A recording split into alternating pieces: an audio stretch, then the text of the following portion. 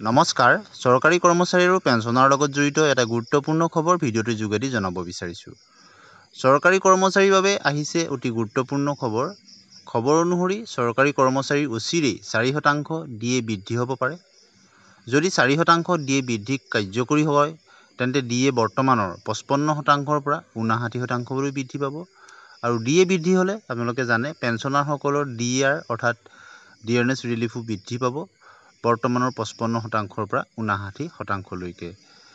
আৰু জুলাই মাহতে বাৰ্ষিক যি ইনক্ৰিমেণ্ট লাভ কৰে সেই ইনক্ৰিমেণ্টটো কৰ্মচাৰীসকলে তেওঁলোকে লাভ কৰিব। গতিকে দুটাকৈ সুখবৰ।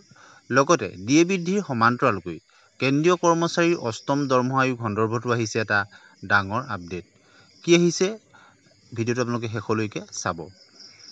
প্ৰতিবেদন অনুসৰি যদিও 2025 চনৰ জানুৱাৰী মাহত 8ম দৰমহা আয়োগ ঘোষণা কৰা হৈছিল, এতিয়ালৈকে 8ম দৰমহা আয়োগৰ অধ্যক্ষ নিযুক্তি দিয়া হোৱা নাই। আৰু টাৰ্মছ অফ ৰেফাৰেন্স যাক TOR বুলি কোৱা হয় তাৰো সিদ্ধান্ত আনুষ্ঠানিকভাৱে লোৱা হোৱা নাই। অৰ্থাৎ এই সম্পৰ্কত কেন্দ্ৰীয় চৰকাৰে টাৰ্মছ অফ ৰেফাৰেন্স সম্পৰ্কত আনুষ্ঠানিক ঘোষণা কৰা নাই আৰু 8ম দৰমহা আয়োগৰ অধ্যক্ষ আৰু সদস্যৰ সৈতে কমিটিখনো ঘোষণা কৰা নাই। ইতিমধ্যেই জানে জানুৱাৰী মাহতে 8ম দৰমহা আয়োগৰ কথা কেন্দ্ৰীয় চৰকাৰে অনুমোদন জনাইছিল, কিন্তু পৰৱৰ্তী সময়ত তাক লৈ কোনো বিশেষ অগ্ৰগতি পৰিলক্ষিত হোৱা নাই।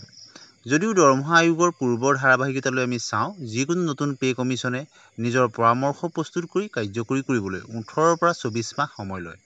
এনে পৰিস্থিতিত 8ম দৰমহা আয়োগৰ পৰামৰ্শ সম্ভৱতঃ 2027 চনৰ পৰা কাৰ্যকৰী কৰিব পৰা যাব।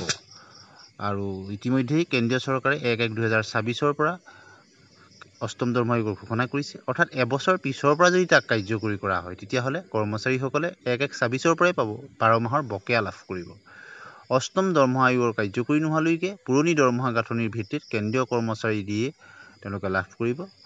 আৰু 1 জানুৱাৰীৰ পৰা এই কাৰ্যকৰী হ'লে এবছৰৰ বকেয়া পৰৱৰ্তী সময়ত লাভ কৰিব। ধন্যবাদ।